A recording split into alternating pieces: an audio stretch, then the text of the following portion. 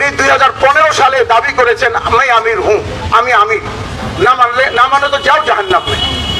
আচ্ছা আপনারাই বলেন তো, কারো বিয়ে যদি হয় 2017 সালে, বাচ্চা হয় 15 সালে, তাহলে ব্যাপারটা কেমন ঘটবে?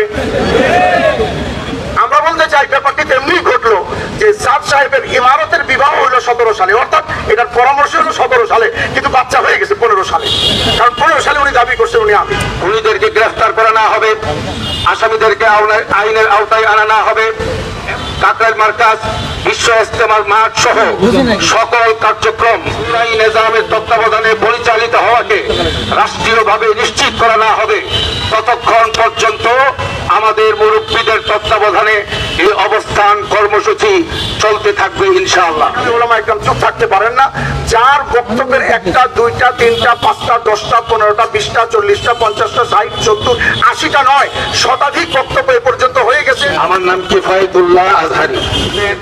যে দাবি, মূল দাবি 1 নম্বরে প্রত্যেকটা হত্যাকাণ্ডের সাথে জড়িত মূল হোতাদেরকে আগামী 24 ঘন্টার মধ্যে গ্রেফতার করে আইনের আওতায় আনতে হবে। আজকের এই সংবাদ সম্মেলন থেকে আমরা জানাচ্ছি, সাদপন্থীদের কোনো কার্যক্রম তাবলীগের বিশ্ববিখ্যাত মার্কাজ কাকরাইল মার্কাজে তাদের কোনো রকমের কার্যক্রম চালাতে দেওয়া হবে না। সরকারকে জানাচ্ছি, আপনাদের মাধ্যমে দেশবাসীকে জানাচ্ছি, আমাদের এই দাবি পূরণের জন্য আমাদের মুরব্বীরা একটি কর্মসূচির ঘোষণা দিয়েছেন। আগামী বৃহস্পতিবার সকাল 9টা থেকে অনির্দিষ্ট সময়ের জন্য কাকরাইল এবং কাকরাইলের আশপাশের এলাকা জুড়ে অবস্থান কর্মসূচি ঘোষণা করেছেন।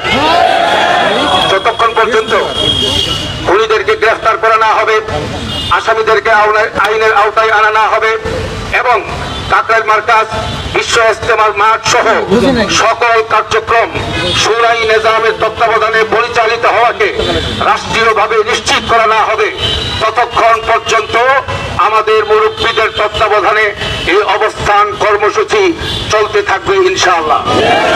তবে আমাদের এই অবস্থান কর্মসূচি অবশ্যই শান্তিপূর্ণ হবে এবং রাস্তা বন্ধ হবে না, জনদুর্ভোগের কোনো কারণ হবে না, যাতে করে শান্তিপূর্ণ উপায়ে আমাদের সকল দাবিগুলো আদায় হয়। সেজন্য আপনাদের সকলের সর্বাত্মক সহযোগিতা কামনা করছি। ওনারা যে সাদপন্থীরা বলছে যে মামুনুল হক সাহেব তবলিগের কেউ না, সুতরাং তার কোনো কথা মানা যাবে না।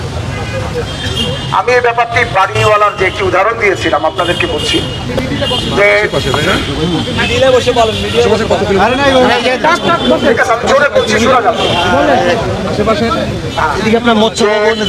আমি আপনাদেরকে একটা কথা বলছি, সেটা হলো দেখেন দাওয়াত ও তবলিগের দুটো সাইড। একটা হলো আমাদের দাওয়াত ও তবলিগের ভিতরগত নকশা, কাজ, তালিম, মসজিদে অবস্থান ইত্যাদি কার্যক্রম।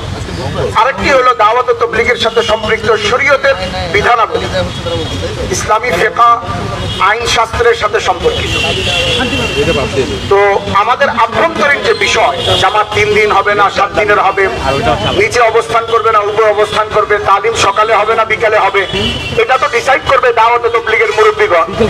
কিন্তু শরীয়তের ব্যাপারগুলি যখন এসে দাঁড়ায়, অর্থাৎ কোনো জামাত বা কোনো ব্যক্তি যদি শরীয়ত বহির্ভূত কোনো বক্তব্য প্রদান করে, কাজ করে, তখন সেটাকে জবাব দেওয়া এবং সেখানে শরীয়ত বিরোধী যারা কাজ করে তাদের প্রতিবাদ করা এবং শরীয়তের পক্ষে যাদের তাদের পক্ষ নেওয়া, এটা শুধু মামুনুল হক অথবা শুধু মাহফুজুল হক অথবা কিফায়েতুল্লাহ আজহারি কিংবা নাজমুল হাসান এই গুটি কয়েক লোকের দায়িত্ব নয়, ও গোটা দেশের সকল উলামা ইকরামের দায়িত্ব।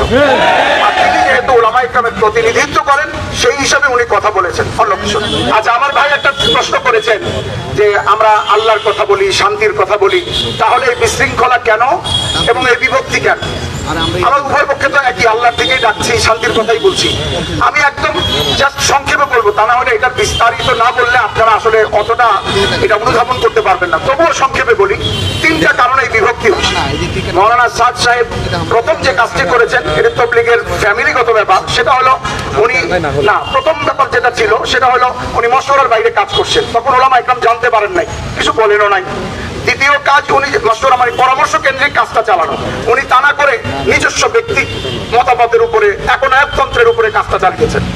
এখানে আমাদের ভিতরে তখন কান কানা ঘুষা অথবা কষ্ট ছিল, ওলামা একরাম এটা জানতেনও না, এজন্য তারা কিছু বলেনও না। দ্বিতীয় কাজটি উনি যে করেছেন, সে কাজটি করেছেন যে উনি শরীয়ত বহির্ভূত কিছু বক্তব্য প্রদান শুরু করছেন।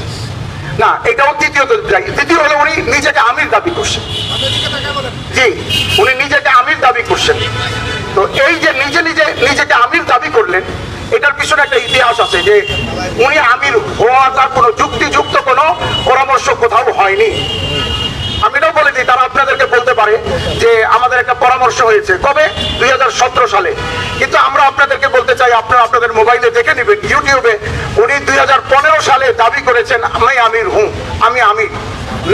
না মানলে তো যাও জাহান্নাম में। আচ্ছা, আপনারাই বলেন তো, কারো বিয়ে যদি হয় 2017 সালে, বাচ্চা হয় 15 সালে, তাহলে ব্যাপারটা কেমন ঘটবে? আমরা বলতে চাই ব্যাপারটি তেমনি ঘটলো যে সাদ সাহেবের ইমারতের বিবাহ হইলো 17 সালে, অর্থাৎ এটার পরামর্শ হলো 17 সালে, কিন্তু বাচ্চা হয়ে গেছে 15 সালে, কারণ 15 সালে উনি দাবি করছেন উনি আমি।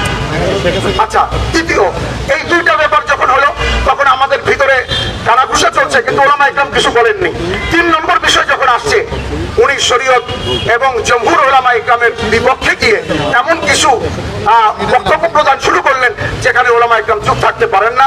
যার বক্তব্যের 1টা 2টা 3টা 5টা 10টা 15টা 20টা 40টা 50টা 60 70 80টা নয়, শতাধিক বক্তব্য এ পর্যন্ত হয়ে গেছে।